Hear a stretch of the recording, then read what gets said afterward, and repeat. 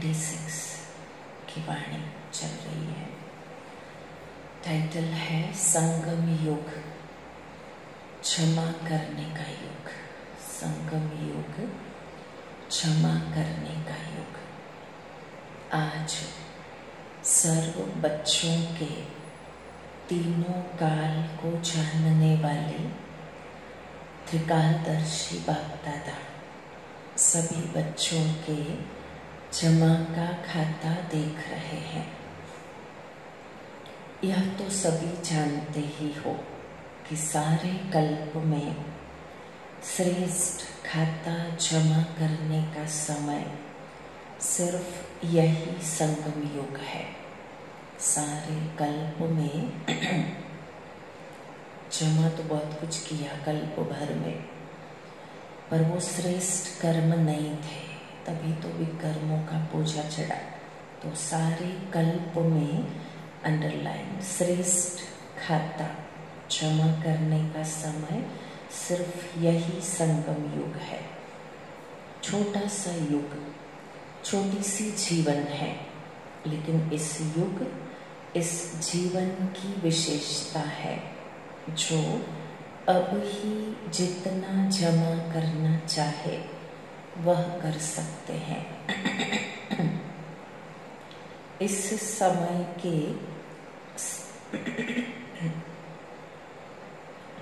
समय के श्रेष्ठ खाते के प्रमाण पूज्य पद भी पाते हो और फिर पूज्य सो पुजारी भी बनते हो।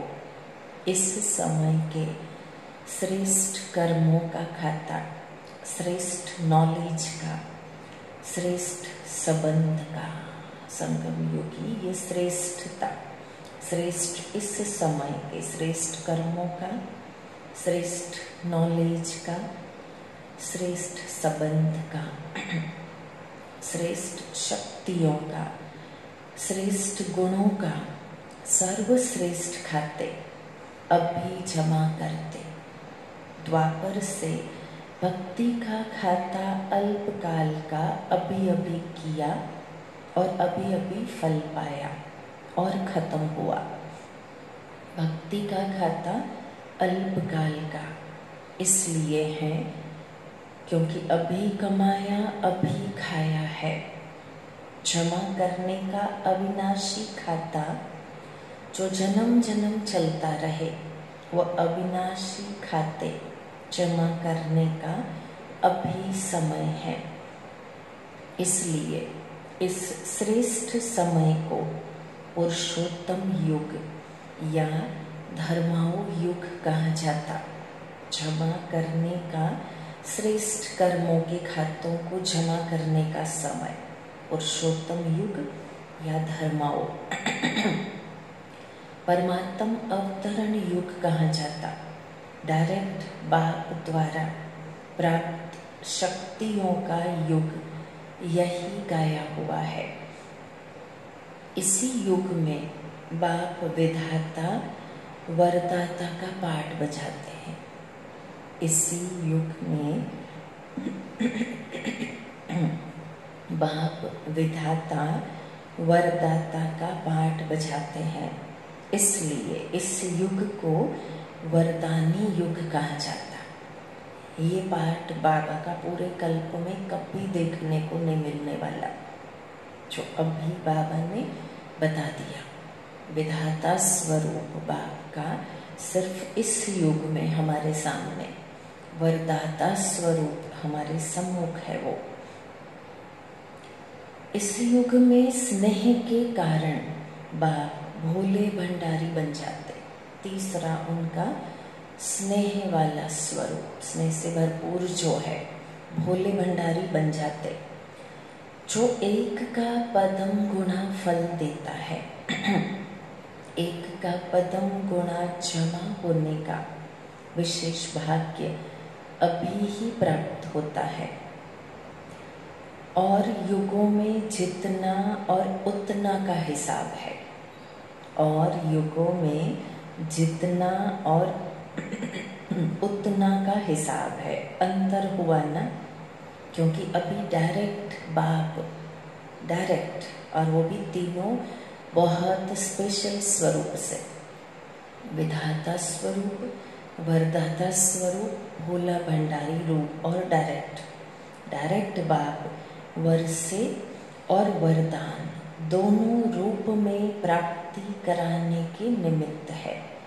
भक्ति में भावना का फल है। अभी वर से और वरदान का फल है। बहुत बड़ा डिफरेंस है ये। भक्ति में जो फल मिला या मिलता आया, अब तक भावना का हिसाब रखा था। शिव बाबा की सिस्टम अलग थी तब, और अभी वर से और वरदान का फल। कर्म हमारे तब भी थे, जितने पुण्य कर्म, श्रेष्ठ कर्म, थोड़े बहुत परसेंटेज में, पर विशेष भावना देखी गई। अब सिस्टम चेंज है बाबा का। अब वर से और वरदान का फल है। बाप के साथ हमारे जुड़े हुए कर्म और उसके रिटर्न में वर्षा वरदान, क्योंकि वरदाता है तो वरदान देगा। विधाता है, विधाता भाग्य विधाता है। छोटा मोटा भाग्य तो बनाएगा नहीं हमारा, वर्षे से नवाजता है हमें। तो वर्षे और वरदान का फल है। बहुत ऊंची वाली महत्वता संगम युग में हमारी, कि हम वर्षा पाते, वरदान पाते फल के रूप में। इसलिए इस समय के महत्व को जान, प्राप्तियों को जान, जमा के हिसाब को जान, त्रिकालदर्शी बन हर कदम उठाते रहते हो। इस समय का एक सेकंड कितने साधारण समय से बड़ा है। इस समय का एक सेकंड कितने पिछले कल्प भर को चेक कर लेवे, कितने साधारण समय से बड़ा है। वह जानते हो सेकंड में कितना कमा सकते हो और सेकंड में कितना गंवाते हो। चाहे तो संगम युग को तो ये वरदान है, सेकंड में कितना कमा सकते हो और सेकंड में कितना गंवाते हो। ये अच्छी तरह से हिसाब जानते हो। वह साधारण रीति से कुछ कमाया, कुछ गंवाया, ऐसा अमूल्य समय समाप्त तो नहीं कर रहे हो। बाबा थोड़ा मन को टटोल रहे, हमारे मन को, बुद्धि को, वृत्तियों को। ऐसा अमूल्य समय, संगम युग का ऐसा समय, वरदानी वेला, और इस वेला में वो भाग्य विधाता, वो वरदाता, वो भोला भंडारी, तीनों स्वरूपों से जहाँ सम्मुख हो, तो ऐसा अमूल्य समय समाप्त तो नहीं कर रहे हो। ब्रह्मा कुमार, ब्रह्मा कुमारी तो बने, लेकिन अविनाशी वर से और विशेष वरदानों के अधिकारी बने। अविनाशी वर से और विशेष वरदानों के अधिकारी बने, क्योंकि इस समय के अधिकारी जन्म जन्म के अधिकारी बनते हैं। इस समय के किसी न किसी स्वभाव व संस्कार व किसी संबंध के अधीन रहने वाली आत्मा जन्म जन्म अधिकारी बनने के बजाय छोटी सी गलती, वरदानी वेला जो आगे बाबा ने कहा क्षमा करने का युग है संगम। और इस समय अगर कोई ब्राह्मण आत्मा किसी न किसी स्वभाव संस्कार व किसी संबंध के अधीन रहने वाली है, तो जन्म जन्म अधिकारी बनने के बजाय प्रजापद के अधिकारी बन जाते। राज्य अधिकारी नहीं, जन्म जन्म के अधिकारी बनने के बजाय प्रजापद के अधिकारी बन जाते। प्रजापद अधिकारी बनने आए हैं राजयोगी, राज्य अधिकारी, लेकिन अधीनता के संस्कार के कारण विधाता के बच्चे होते हुए आम आदमी के बच्चे होते सब कुछ चल जाता, विधाता के बच्चे होते हुए भी राज्य अधिकारी नहीं बन सकते। इसलिए सदा यह चेक करो, स्व अधिकारी कहाँ तक बने हो। इंद्रिय जीत, स्वराज अधिकारी, स्व पर अधिकारी, शॉर्ट में बाबा ने कहा कहाँ तक बने हो। जो स्व अधिकार नहीं पा सकते वो विश्व का राज्य कैसे प्राप्त करेंगे। विश्व के राज्य अधिकारी बनने का चैतन्य मॉडल अभी स्वराज अधिकारी बनने से तैयार करते हो। अपना स्वयं विश्व राज्य अधिकारी बनने का चैतन्य मॉडल, हमारा देवी स्वरूप, हमारा संपूर्ण स्वरूप, देवताई रूप तो विश्व के राज्य अधिकारी बनने का चैतन्य मॉडल अभी स्वराज अधिकारी बनने से तैयार करते हो। कोई भी चीज का पहले मॉडल तैयार करते हो ना, तो पहले इस मॉडल को देखो, चीज बाद में बनती, नक्शा पहले बन जाता, मॉडल बन जाता। बाबा भी चाहता है कि अपने मॉडल को बार बार देखो, विश्व के राज्य अधिकारी बनने का चैतन्य मॉडल देखो, और फिर वर्तमान हमारे संकल्प, वृत्ति, कृति, ब्राह्मण जीवन के हमारे कर्म कंपेयर करें, तो ये चैतन्य मॉडल अभी स्वराज अधिकारी बनने से तैयार होगा। तो इस मॉडल को देखो स्व अधिकारी अर्थात सर्व कर्मेंद्रियों रूपी प्रजा के राजा बनना। प्रजा का राज्य है या राजा का राज्य है, यह तो जान सकते हो ना। प्रजा का राज्य है तो राजा नहीं कहलाएंगे। प्रजा के राज्य में राजवंश समाप्त हो जाता। प्रजासत्ताक जिसको कहते हैं हम, प्रजा का प्रजा पर राज्य है तो वहाँ राजवंश नहीं होता। कोई भी एक कर्मेंद्रिय धोखा देती है तो स्वराज अधिकारी नहीं कहेंगे। ऐसे भी कभी नहीं सोचना कि एक दो कमजोरी तो होती ही है, संपूर्ण तो लास्ट में बनेंगे, लेकिन बहुत काल की एक कमजोरी बाबा सावधानी दे रहे हैं। एक छोटी सी कमजोरियां तो चलती है, या औरों को देखते रहते तो अपने आप को भी लूज कर लेते, लेकिन बहुत काल की एक कमजोरी भी समय पर धोखा दे देती। बहुत काल के अधीन बनने के संस्कार, चाहे वो कोई व्यक्ति के अधीन बनने की आदत है, किसी से प्रभावित होने की आदत होती, वस्तु के भी अधीन बनने की हैबिट होती, प्रकृति के अधीन, परिस्थितियों के अधीन, अपने पुराने संस्कार स्वभाव के अधीन, विचारों के भी अधीन होती आत्मा। इंद्रिय जीत की बात विशेष बाबा आज कह रहे। तो बहुत काल के अगर अधीन है, अधीन बनने के संस्कार अधिकारी बनने नहीं देंगे। इसलिए अधिकारी अर्थात स्व अधिकारी अंत में संपूर्ण हो जाएंगे। इस धोखे में नहीं रह जाना। बहुत काल का स्व अधिकार का संस्कार बहुत काल के विश्व अधिकारी बनाएगा। सेकेंड टाइम अंडरलाइन करवाती बात बाबा ने। बहुत काल का स्व अधिकारी, स्वराज अधिकारी, कर्मेंद्रियों के मालिक।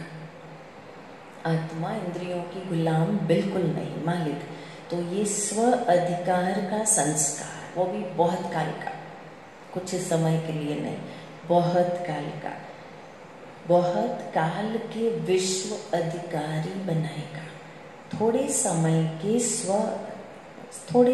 के स्वराज अधिकारी थोड़े समय के लिए ही विश्वराज अधिकारी बनेंगे।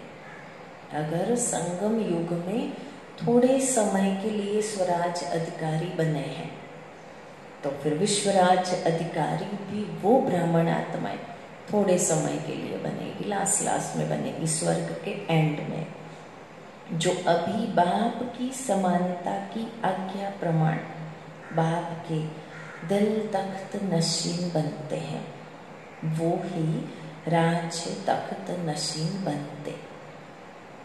गॉडली गवर्नमेंट का लॉ है, नियम है, ये हो गई मर्यादा, ईश्वरीय मर्यादा, कायदा, कानून, जो अभी बाप की समानता की आज्ञा प्रमाण बाप के दिल तख्त नशीन बनते। बाप की समानता की आज्ञा प्रमाण बाप के दिल तख्त नशीन बनते। वो ही इसके अलावा कोई नहीं, वो ही राज्य तख्त नशीन बनते। मतलब दो बातें हो गई सिंपल सरल भाषा में। स्वराज अधिकारी सो विश्वराज अधिकारी, बाप के दिल तख्त नशीन सो राज्य तख्त की अधिकारी। बाप समान बनना अर्थात बाप के दिल तख्त नशीन बनना। जैसे ब्रह्मा बाप संपन्न और समान बने। अब इसमें भी फॉलो फादर, जैसे ब्रह्मा बाप दो बातों से परफेक्ट हो गए, संपन्न बने। ब्रह्मा ने तो पहले से ही लक्ष्य रख लिया, मुझे नारायण बनना है, मुझे श्री कृष्ण बनना है, मुझे 16 कला संपन्न बनना है और पहले मुझे बनना है। मुझे देख और करेंगे, तो पहले मैं ब्रह्मा बाप समान संपन्न बनना और ब्रह्मा बाप समान समानता लाना। ब्रह्मा ने जैसे शिव बाबा की सी समानता अपने जीवन में अपनाई, शिव बाबा जैसे बने, शिव बाबा की श्रीमत का पूरा 100% पालन करने का जो लक्ष्य उजागर किया, दिखाया, वैसे जैसे ब्रह्मा बाप संपन्न और समान बने, ऐसे संपूर्ण और समान बनो। ब्रह्मा बाप समान संपन्न बनो, संपूर्ण सो संपन्न, और ब्रह्मा बाप के समान संपन्न बनते बनते बाप समान बन जाए। राज्य तख्त के अधिकारी बनो। किसी भी प्रकार के अलबेलेपन में अपना अधिकार का वर्षा व वरदान कम नहीं प्राप्त करना। जो तो जमा का खाता चेक करो, नया वर्ष शुरू हुआ है ना, पिछला खाता चेक करो और नया खाता समय और बाप के वरदान से ज्यादा जमा करो। सिर्फ कमाया और खाया ऐसा खाता नहीं बनाओ। पहले ही बाबा ने कहा, ये भक्ति वाली सिस्टम हो गई। सिर्फ कमाया, थोड़ा पुण्य जमा हुआ, खा के पूरा किया। सिर्फ ऐसा नहीं, अमृत वेले योग लगाया, जमा किया, क्लास में स्टडी कर जमा किया, और फिर सारे दिन में परिस्थितियों के वश व माया के वार के वश व अपने संस्कारों के वश जो जमा किया, वह जो जमा किया वह कम करते विजयी बनने में खर्च किया। जमा किया था परंतु माया के वार के वश हो गए, परिस्थितियों के वश हो गए, बहुत सारी बातों के वश दिन भर में होते, विजयी बनने में खर्च कर लिया। युद्ध की ना तो खर्च हो गया, तो रिजल्ट क्या निकली? कमाया और खाया, अमृत वेले जमा किया, मुरली की स्टडी करते जमा किया, और फिर दिन भर में खर्च कर लिया। माया के सामने, माया के वार के सामने खड़े रहने के लिए भी एनर्जी तो जाती, तो वहाँ खर्च कर लिया। जमा क्या हुआ? इसलिए जमा का खाता सदा चेक करो और बढ़ाते चलो। ऐसे ही चार्ट में सिर्फ राइट नहीं करो, आज अमृत वेला योग हो गया, आज बाबा को गुड मॉर्निंग करते, आज गुड नाइट वाला योग आधा घंटा कर लिया, सिर्फ राइट राइट टिक टिक नहीं करते जाओ, उसमें चार्ट में क्लास किया, हाँ योग किया, लेकिन जैसे शक्तिशाली योग समय के प्रमाण होना चाहिए वैसे रहा। योग किया कॉमन चीज है, योग तो सभी करते, शायद अभी ये समय अनुसार अच्छा वाला योग कर लेते होंगे, लेकिन जैसे शक्तिशाली योग समय प्रमाण होना चाहिए वैसे रहा। सिर्फ योगी बनना, वो तो ब्राह्मण बने तो ये जन्म सिद्ध अधिकार के साथ हमें प्राप्ति हो गई, योगी जीवन बनता गया या बन रहा है, ज्ञानी तो आत्मा बनते जा रहे, धारणा सेवाओं से जुड़ गए। शक्तिशाली योगी, गहरे ज्ञान की अनुभूति करने वाली ज्ञानी तो आत्मा, सिर्फ सेवाधारी नहीं, निस्वार्थ सेवाधारी ब्राह्मण आत्माएं। रिंचक भी स्वार्थ का भाव, मैंपन मेरापन कोई भाव नहीं, तो ऐसी सेवाधारी आत्माएं सिर्फ नाम मात्र की धारणा मूर्त नहीं, परंतु बाबा से मिली श्रीमत या धारणाओं को दिलो जान से अपनाने वाले, जो कभी तोड़ने का संकल्प भी न आए। तो है सिंपल 4 विषय अपने, परंतु शक्ति कितनी उसमें। बाबा एक विषय की बात कर रहे, योगी बन गए, परंतु समय अनुसार शक्तिशाली योग कैसे या कितना किया चेक करना पड़े। समय अच्छा पास किया, बहुत आनंद आया, वर्तमान तो बना, लेकिन वर्तमान के साथ जमा भी किया, इतना शक्तिशाली अनुभव किया, चल रहे हैं। सिर्फ यह चेक नहीं करो कितने साल हुए बीके लाइफ में, कितने अलौकिक बर्थडे हमने हमारे मनाए, ब्राह्मण जीवन में कितने हम सीनियर बने हैं, हमने कितनी मुरलियाँ सुनी, हमने कितनी योग बैठियाँ अटेंड की, हमने वो, ये गीतों की लिस्ट नहीं।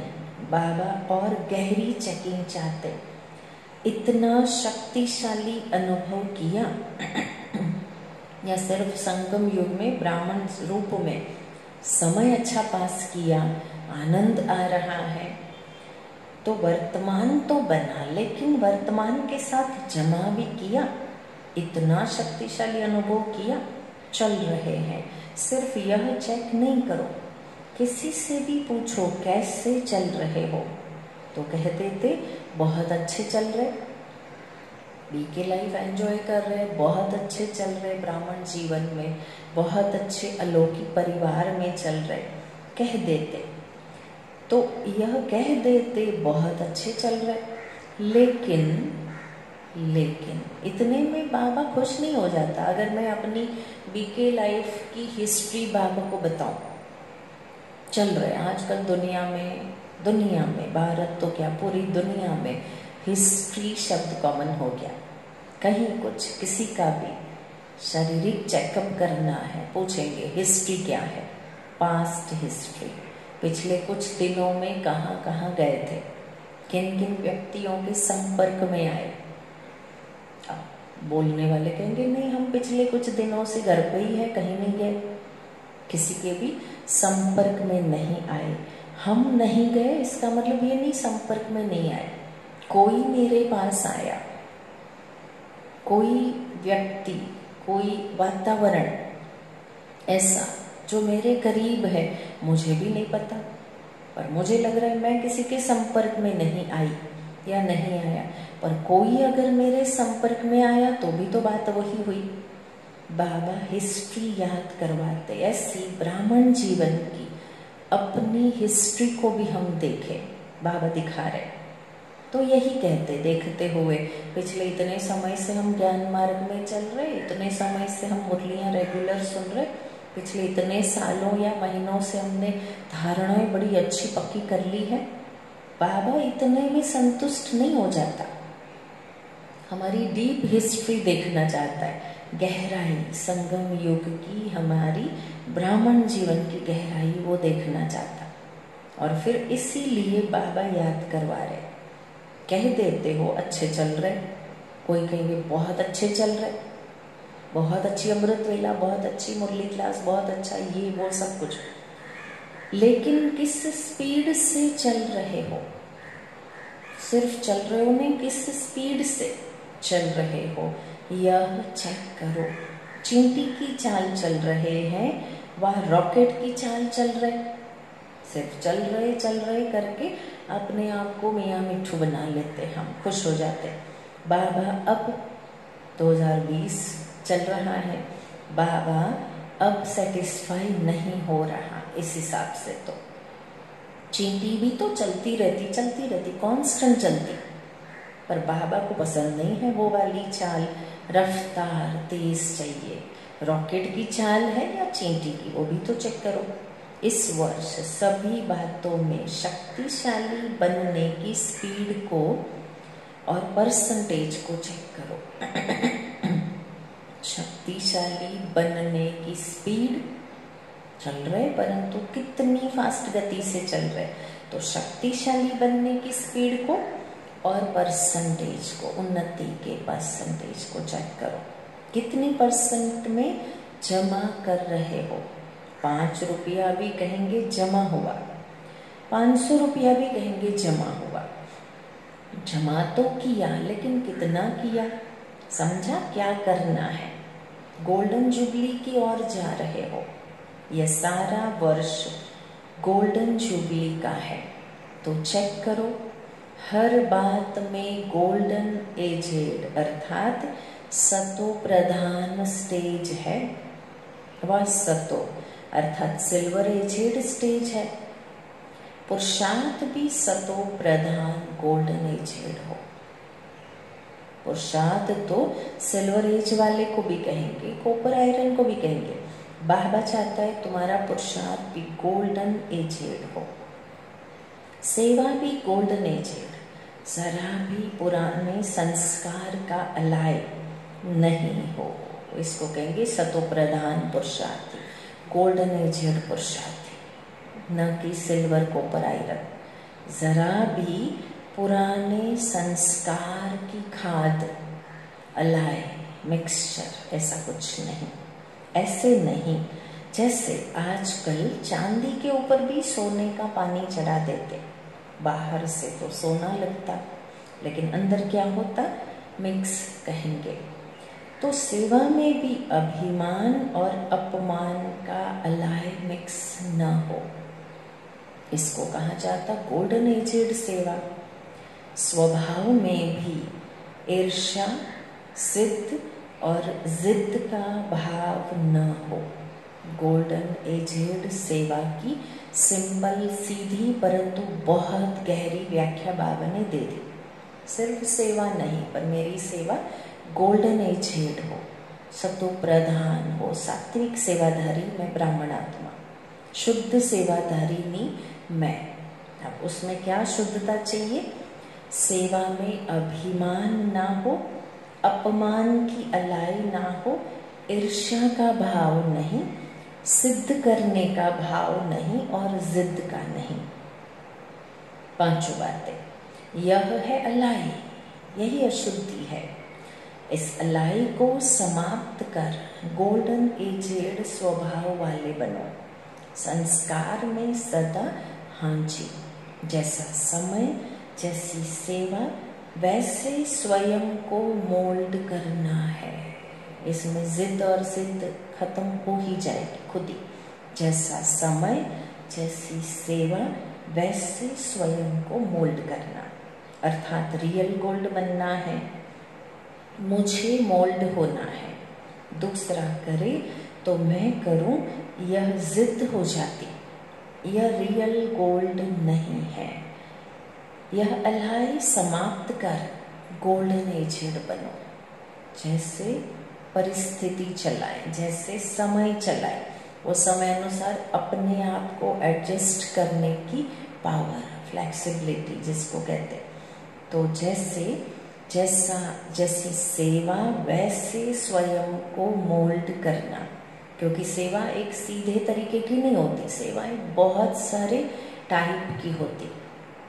ये भी सेवा है, जो आप अपने अपने घरों में बैठे हुए भी आप मन और बुद्धि से और दृश्य से, बुद्धि के पास बहुत अच्छी पावर है दृश्य को क्रिएट करने की, तो वो बुद्धि शक्ति से क्लासरूम में मौजूद होते हो, वीडियो रिकॉर्डिंग कहो या ये आप तक जब मुरली पहुंचती है, आप क्लासरूम में मौजूद होते हो, तो ये भी सेवा का एक अलग तरीका बाबा ने दे दिया, स्टडी का अलग तरीका दे दिया।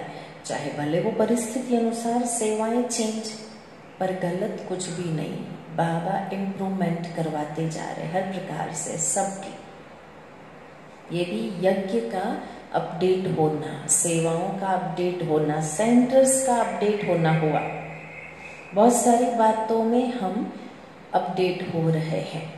तो समय कर रहा है या करवा रहा है, कहीं ना कहीं बाबा याद करवाते, सच्चा सेवाधारी वो जो हर प्रकार की सेवा के साथ अपने आप को मोल्ड करना जानता हो। तो मुझे मोल्ड होना है, दूसरा करे तो मैं करूं, यह तो जिद हो जाती, यह रियल गोल्ड नहीं, यह अलाय समाप्त कर गोल्डन एजेड बनो। संबंध में सदा हर आत्मा के प्रति शुभ भावना, कल्याण की भावना हो, स्नेह की भावना। कितनी भावनाएं, 4 बातें बाबा ने दे दी है। संबंध में सदा हर आत्मा के प्रति शुभ भावना, कल्याण की भावना, स्नेह की भावना और सहयोग की भावना। जहाँ शुभ भावना है वहाँ कल्याणकारी मनोवृत्ति रहेगी ही हमारी सर्व के प्रति, क्योंकि सर्व के प्रति शुभता है, शुभता में कल्याण की भावना समा ही गई। और फिर बाबा ने कहा खाली कल्याण हो ऐसा सोचते हुए काम नहीं चलेगा, और एक्चुअली सोच भी वो ही सकती है, ब्राह्मण आत्मा सर्व का कल्याण हो, विश्व की हर आत्माओं के प्रति शुभ भावना वही रख सकती जो स्नेह से भरपूर है। स्नेह नहीं तो शुभ भावनाएं देना पॉसिबल ही नहीं है। तो इसलिए मनसा सेवा का मूलभूत आधार एक्चुअली सच्चा निस्वार्थ स्नेह। तो स्नेह की भावना भी बाबा ऐड करवा रहे, शुभ भावना, कल्याण की भावना, स्नेह की भावना। और जहाँ स्नेह, शुभता, पूर्ण कल्याण की भावना छिपी है, तो वही तो सहयोग है, सर्व को दिया गया सहयोग। तो सहयोग की भावना भी हो, कैसे भी भाव स्वभाव वाला हो, लेकिन आपका सदा श्रेष्ठ भाव हो। ये 4 बातें ही चाहिए हमें। सामने वाला भले कैसा भी भाव या स्वभाव वाला हो, आपका हर आत्मा के प्रति श्रेष्ठ भाव। इन सब बातों में स्व परिवर्तन ही गोल्डन जुबली मनाना है। अलाय को जलाना अर्थात गोल्डन जुबली मनाना। समझा? इस वर्ष का आरंभ गोल्डन एजेड स्थिति से करो। सहज है ना? सुनने के समय तो सब समझते हैं कि करना ही है, लेकिन जब समस्या सामने आती तब सोचते यह तो बड़ी मुश्किल बात है। सुनते हुए तो अलग टाइप का उमंग रहता है, उत्साह रहता है, सोच लेते करना ही है, दृढ़ता आ जाती। समस्या सामने आती तो फिर थोड़े हलचल में आ जाते, यह तो बड़ी मुश्किल बात है, सोच लेते। समस्या के समय स्वराज अधिकारीपन का अधिकार दिखाने का ही समय होता। फिर से बाबा हमें हमारी वाली सीट पर सेट करवा देते। समस्याएं जब आती तो उस समय स्वराज अधिकारी, सो स्व अधिकारी, सो बाबा ने कहा दिल तख्त नशीन, अधिकार दिखाने का समय होता। वार के समय ही विजयी बनना होता है, परीक्षा के समय ही नंबर 1 लेने का समय होता। समस्या स्वरूप नहीं बनो, लेकिन समाधान स्वरूप बनो। समझा? इस वर्ष क्या करना है? तब गोल्डन जुबली की समाप्ति, संपन्न बनने की गोल्डन जुबली कहीं जाएगी, तभी कही जाएगी। और क्या नवीनता करेंगे? बाप दादा के पास सभी बच्चों के संकल्प तो पहुंचते ही है। प्रोग्राम में भी नवीनता क्या करेंगे? गोल्डन थॉट्स सुनाने की टॉपिक रखी है ना। गोल्डन जुबली सेलिब्रेशन में ये टॉपिक होगी 86 के समय। सुनहरे संकल्प, कितना अच्छा वर्ड है, गोल्डन थॉट्स। सुनहरे संकल्प, सुनहरे विचार जो सोना बना दे और सोने का युग लावे, यह टॉपिक रखी है ना। अच्छा, आज वतन में इस विषय पर रूरिहान हुई, वो फिर सुनाएंगे। आगे मुरली मिलती रहेगी, ऐसी मिलेगी। गोल्डन थॉट्स क्या है? अच्छा, सदा वर्षे और वरदान के डबल अधिकारी भाग्यवान आत्माओं को, सदा स्वराज अधिकारी श्रेष्ठ आत्माओं को, सदा स्वयं को गोल्डन एजेड स्थिति में स्थित करने वाले रियल गोल्ड बच्चों को, सदा स्वपरिवर्तन की लगन से विश्व परिवर्तन में आगे बढ़ने वाले विशेष आत्माओं को बाप दादा का याद, प्यार और नमस्ते। मीटिंग में आए डॉक्टर्स से बाप दादा मिल रहे, अपने श्रेष्ठ उमंग उत्साह द्वारा अनेक आत्माओं को सदा खुश बनाने की सेवा में लगे हुए हो ना। डॉक्टर्स का विशेष कार्य है हर आत्मा को खुशी देना। पहली दवाई खुशी, खुशी आधी बीमारी खत्म कर देती है। तो रूहानी डॉक्टर्स, हम रूहानी डॉक्टर्स अर्थात खुशी की दवाई देने वाले। तो ऐसे डॉक्टर हो ना, एक बार भी खुशी की झलक आत्मा को अनुभव हो जाए तो वह आत्मा सदा खुशी की झलक से आगे उड़ती जाएगी। तो सभी को डबल लाइट बनाए उड़ाने वाले डॉक्टर्स हो ना, वह बेड से उठा देते। लौकिक डॉक्टर्स, अच्छा होशियार डॉक्टर होगा, किसी भी प्रकार के पेशेंट को बेड से उठा देगा, वीकनेस खत्म कर देगा, चलता फिरता कर देगा। बेड में सोने वाले पेशेंट को उठा देते, चला देते। आप पुरानी दुनिया से उठाए नई दुनिया में बिठा दो। उड़ती कला में लेके जाने वाले आप पुरानी दुनिया से उठाए नई दुनिया में बिठा दो। तो ऐसे प्लान बनाए हैं ना, रूहानी इंस्ट्रूमेंट्स यूज करने का प्लान बनाया है। इंजेक्शन क्या है? डॉक्टर्स के पास वैसे इंस्ट्रूमेंट्स बहुत होते, नामी ग्रामी इंस्ट्रूमेंट होते। कई अनेकों ऐसे छोटे बच्चे होंगे बचपन से डॉक्टर्स के खिलौने रूप के इंस्ट्रूमेंट से खेलते रहते, लक्ष्य रखते हमको ये बनना है, डॉक्टर बनना है ना, तो वो खिलौने वाला मामला रहता है। तो इंस्ट्रूमेंट्स वैसे ही उन्हों के काफ़ी प्रख्यात है। बाबा पूछ रहे आपके रूहानी इंस्ट्रूमेंट, रूहानी साधन, क्योंकि रूहानी डॉक्टर है तो हमारे रूहानी साधन यूज करने का प्लान बनाया है। इंस्ट्रूमेंट अलग चीज है, थर्मोमीटर हाथ में है, स्टेथोस्कोप हाथ में है, यूज करना भी तो आवे। मामूली चीजें भी नहीं है कि खाली पकड़ के हाथ में रख दिया और हम डॉक्टर कहलाएंगे, गले में लटका दिया और डॉक्टर बन गए। नहीं, बाबा कहते आप रूहानी इंस्ट्रूमेंट यूज करने का प्लान बनाओ। रूहानी डॉक्टर्स, इंजेक्शन क्या है, आगे रूहानी शब्द डाल दे वही वाले इंस्ट्रूमेंट्स को, तो बन जाएंगे हमारे रूहानी इंस्ट्रूमेंट्स। रूहानी इंजेक्शन। गोलियां क्या है, ब्लड देना क्या है, यह सब रूहानी साधन बनाए हैं। किसको ब्लड देने की आवश्यकता है, तो रूहानी ब्लड कौन सा देना है, किसको ब्लड देने की जरूरत है, किसको गोली से काम चला लेना है, किसको इंजेक्शन ही कंपलसरी देना पड़ेगा, डॉक्टर जानते। बाबा पूछ रहे रूहानी डॉक्टर्स को हमको कि किसको ब्लड देने की ऐसी अति वीक आत्माएं होती है जो शूद्र जीवन से ब्राह्मण जीवन में आना चाहती। अब उनको 2-4 दिन की गोलियां दे देंगे तो काम नहीं चलेगा, शायद इंजेक्शन से भी वो खड़ी नहीं हो पाएगी, इतनी हताश, इतनी कमजोर होती। ऑन द स्पॉट फिर उनको ड्रिप चढ़ा देनी पड़े। बाबा पूछ रहे, इसलिए आप जानते हो ब्लड देने की आवश्यकता किन्हों को है? तो रूहानी ब्लड कौन सा देते?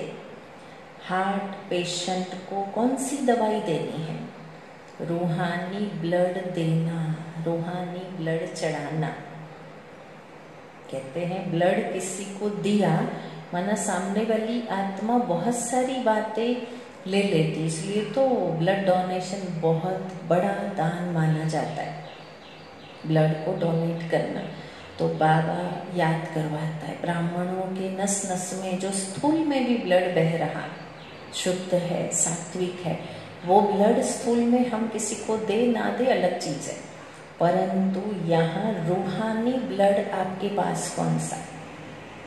जो हमारी रग रग में विचार, शुद्ध वृत्ति, शुद्ध संकल्प, स्वप्न व्यापक है।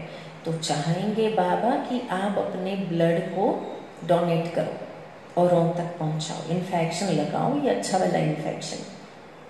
हार्ट पेशेंट को कौन सी दवाई देनी है?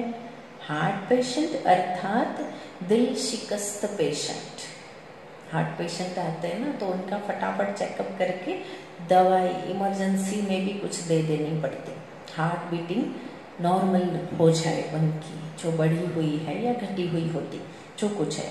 बाबा कहते हार्ट पेशेंट ब्राह्मण परिवार में भी तो आते, जिनकी हृदय की धड़कने तनाव से क्या होगा, कब होगा, चिंताओं से, बहुत सारी भविष्य की ऐसी अंदाजित धारणाओं से बीटिंग बढ़ी हुई होती। बाबा चाहता है ऐसे हार्ट पेशेंट को आप कौन सी दवाई दोगे जो उनकी भी हार्ट बीटिंग स्थिर हो जाए, नॉर्मल हो जाए।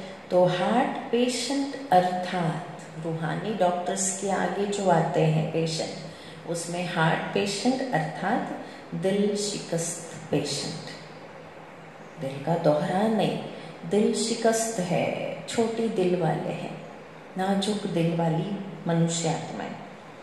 तो रूहानी सामग्री चाहिए, रूहानी डॉक्टर्स के पास रूहानी इंस्ट्रूमेंट, रूहानी सामग्री होनी जरूरी है। जैसे वह नई नई इन्वेंशन करते हैं, वो साइंस के साधन से इन्वेंशन करते, आप साइलेंस के साधनों से सदाकाल के लिए निरोगी बना दो। जैसे उनके पास सारी लिस्ट है, यह इंस्ट्रूमेंट है, यह इंस्ट्रूमेंट है, ऐसे ही आपकी भी लिस्ट हो, हमारे इंस्ट्रूमेंट भी हमारे साथ हो। हमारे ऑपरेशन थिएटर में ऐसे समय आ गया है अभी, अनेकों आत्माएं अचानक पेशेंट बन के जब सामने आती, इमरजेंसी केस, तो हमारे पास कौन कौन से इंस्ट्रूमेंट्स है रूहानी और मौजूद है या नहीं, इमरजेंसी में जो यूज किए जाए, उसकी लिस्ट भी है ना। आपकी लिस्ट लंबी है। ऐसे डॉक्टर्स हो, एवर हेल्थी बनाने के इतने बढ़िया साधन हो, ऐसे ऑक्यूपेशन अपना बनाया है सभी डॉक्टर्स ने, अपने अपने स्थान पर ऐसा बोर्ड लगाया है एवर हेल्थी एवर वेल्थी बनने का। जैसे अपने वह ऑक्यूपेशन लिखते हो, ऐसे ही यह लिखत भी हो, जैसे जिसे देख कर समझे कि यह क्या है, अंदर जाकर देखे। खाली DR लिख दिया, प्लस वाला निशान कर दिया, हो गए डॉक्टर, वो तो ठीक है, आम पब्लिक को भी पता है कि ये डॉक्टर की क्लिनिक है, ये घर है, जो कुछ है, ये उनका व्हीकल है। बाबा कहते आपकी लिखत, आपकी रूहानी डॉक्टरी की एक अलग सी लिखत, आपके ऑक्यूपेशन के बारे में लिख दो, ऐसा लिखो जो कोई पढ़ के अंदर आने की इच्छा व्यक्त करे, आकर्षण करने वाला बोर्ड हो, लिखत ऐसी हो जो परिचय लेने के बिना कोई रह न जाए। वैसे बुलाने की आवश्यकता न हो, लेकिन स्वयं ही आपके आगे न चाहते भी पहुंच जाए, ऐसा बोर्ड हो। यह तो वह तो लिखते हैं MBBS फलाने फलाने, आप फिर अपना ऐसा बोर्ड पर रूहानी ऑक्यूपेशन लिखो जिससे वह समझे कि यह स्थान जरूरी है। ऐसी अपनी रूहानी डिग्री बनाई है या वही डिग्रियां लिखते हो? सेवा का श्रेष्ठ साधन क्या होना चाहिए? सेवा का सबसे तीखा साधन है समर्थ संकल्प से सेवा। समर्थ संकल्प भी हो, बोल भी हो, कर्म भी हो, तीनों साथ साथ कार्य करें, यही शक्तिशाली साधन है। वाणी में आते हो तो शक्तिशाली संकल्प की परसेंटेज कम हो जाती, या वह परसेंट होती तो वाणी की शक्ति में फर्क पड़ जाता। लेकिन नहीं, तीनों ही साथ साथ हो। जैसे कोई भी पेशेंट को एक ही साथ कोई नब्ज देखता, कोई ऑपरेशन करता, इकट्ठा करते हैं ना। आज नब्ज चेक की, हफ्ते भर के बाद ऑपरेशन के लिए आ जाना, ऐसा कोई डॉक्टर नहीं कहते। आज बीपी चेक किया, ठीक ठाक है, ठीक है, भले 10 दिन के बाद ऑपरेशन करवा लेना, ऐसा नहीं होता। इकट्ठा होता। नब्ज देखने वाला पीछे देखे और ऑपरेशन वाला पहले कर ले तो क्या होगा? इकट्ठा कितना कार्य चलता। ऐसे ही रूहानियत के भी सेवा के साधन इकट्ठा साथ साथ चले। बाकी सेवा के प्लान बनाए हैं, बहुत अच्छा, लेकिन ऐसा कोई साधन बनाओ जो सभी समझे कि हाँ, यह रूहानी डॉक्टर सदा के लिए हेल्दी बनाने वाले हैं। सदा सभी समझे कि ये रूहानी डॉक्टर सदा के लिए हेल्दी बनाने वाले हैं।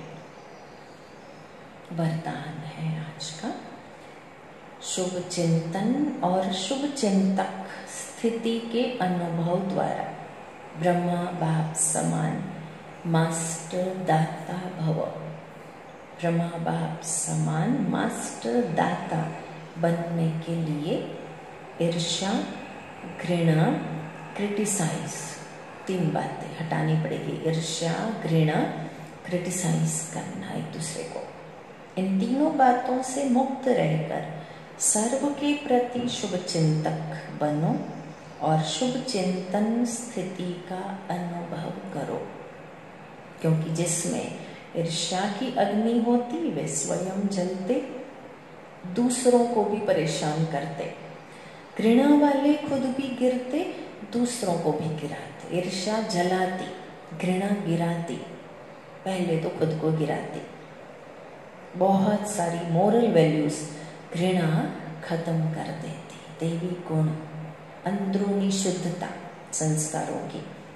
और हंसी में भी क्रिटिसाइज करने वाले आत्मा को हिम्मतहीन बनाकर दुखी करते। इसलिए इन तीनों बातों से मुक्त रहे। शुभ चिंतक स्थिति के अनुभव द्वारा दाता के बच्चे मास्टर दाता बनो। स्लोगन है आज का, मन, बुद्धि और संस्कारों पर संपूर्ण राज्य करने वाले। मन, बुद्धि और संस्कारों पर संपूर्ण राज्य करने वाले स्वराज अधिकारी बनो। शांति। आज संडे लॉकडाउन एक्सटेंड हुआ है, कल्याणकारी ये भी, तो हम अपनी भट्ठी चलाते रहेंगे। 8 घंटे की भट्ठी का प्रोग्राम आपको मिल गया और उसी हिसाब से आज हम मिलके साथ ही हैं, साथ ही रहेंगे। तो मन छोटा ना हो। आप अगर आपके पास ये विजुलाइज करने की पावर है, सेंटर को घर बैठे फील करने की पावर, जिसने बहुत काल से ब्राह्मण जीवन में बहुत काल से परमधाम को घर बैठे फील किया, सूक्ष्म वतन को घर बैठे दृश्यमान किया, मधुबन को किया, चार धाम की यात्राएं करते आए। अब हम सब जगह तो जा सकते। संकल्पों की इतनी अच्छी प्यारी शक्तिशाली एक्सरसाइज बाबा ने सिखाई है। तो ये कौन सी बड़ी बात है कि लौकिक घर में बैठे लौकिक घर को अलौकिक घर बनाते हुए ये कुछ दिनों का और एक्सटेंड हुआ लॉकडाउन भी हम शक्तिशाली स्थिति के साथ इसे भी देखें तो हमारा रूटीन शेड्यूल तो चलता ही रहेगा। हर दिन सवेरे मुरली सुननी है, बाबा के घर को इमर्ज करते हुए, घर में, हॉल में, क्लासरूम में बैठ के ही मुरली सुननी है। तो क्लासरूम में आप संकल्पों से फरिश्ता बन के क्यों नहीं आ सकते, जब इतने समय से परमधाम उड़ के जा सकते थे। दिल हर एक को होती है भाग के सेंटर पे आए, कईयों के मैसेजेस फोन कॉल्स आते रहते, अभी के अभी हम आ जाए।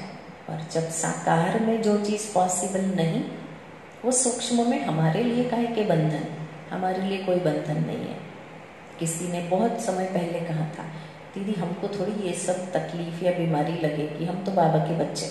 नहीं, शरीर कलयुगी है, प्रकृति कलयुगी है, तो ऐसे ओवर कॉन्फिडेंट भी नहीं बनना है, मियाँ मिट्ठू बिल्कुल नहीं बनना है। पर जो असलियत है वो यही है कि समय अनुसार जो माहौल बना है, बन रहा है, कल्याणकारी है। साकार में बाप दादा की मुरलियाँ मिलती थी, सुनी, अव्यक्त बाप दादा का पाठ देखा, महसूस किया, मधुबन जाना, अव्यक्त मुरलियाँ सुनना, बाबा से मिलना। अब वो पाठ भी पूरा हुआ, एक्सेप्ट कर ली ना परिस्थिति। और तब बाबा ने वो दिनों में कहा था, बाबा बुला रहे हैं, अब वतन में आ जाओ। तो ये वही समय है, साकार में बाबा के घर से अलौकिक रूहानी पालनाएं हमने ली।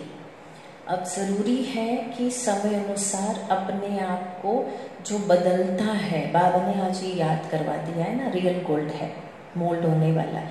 तो हम सब ने अपने को इतने समय मोल्ड किया है, और थोड़ा सा कौन सी बड़ी बात है, हम और पावरफुल बनते जाएंगे अगर मोल्ड करेंगे। और ये मोल्ड होना बहुत बहुत ज़रूरी है। और इसीलिए बाबा के घर को, सेंटर को अपने लौकिक घर में इमर्ज करते करते करते आपके लौकिक घर के भी वातावरण को आप अलौकिक सेंटर समान, मिनी मधुबन, मिनी सेंटर बना सकते हैं। और ये बनाने के लिए ही तो परिस्थिति ने सपोर्ट किया है। तो हम हर दिन बाबा के घर से मिले ये महावाक्यों को सुनते हुए बाबा के घर को इमर्ज करेंगे। ओम शांति।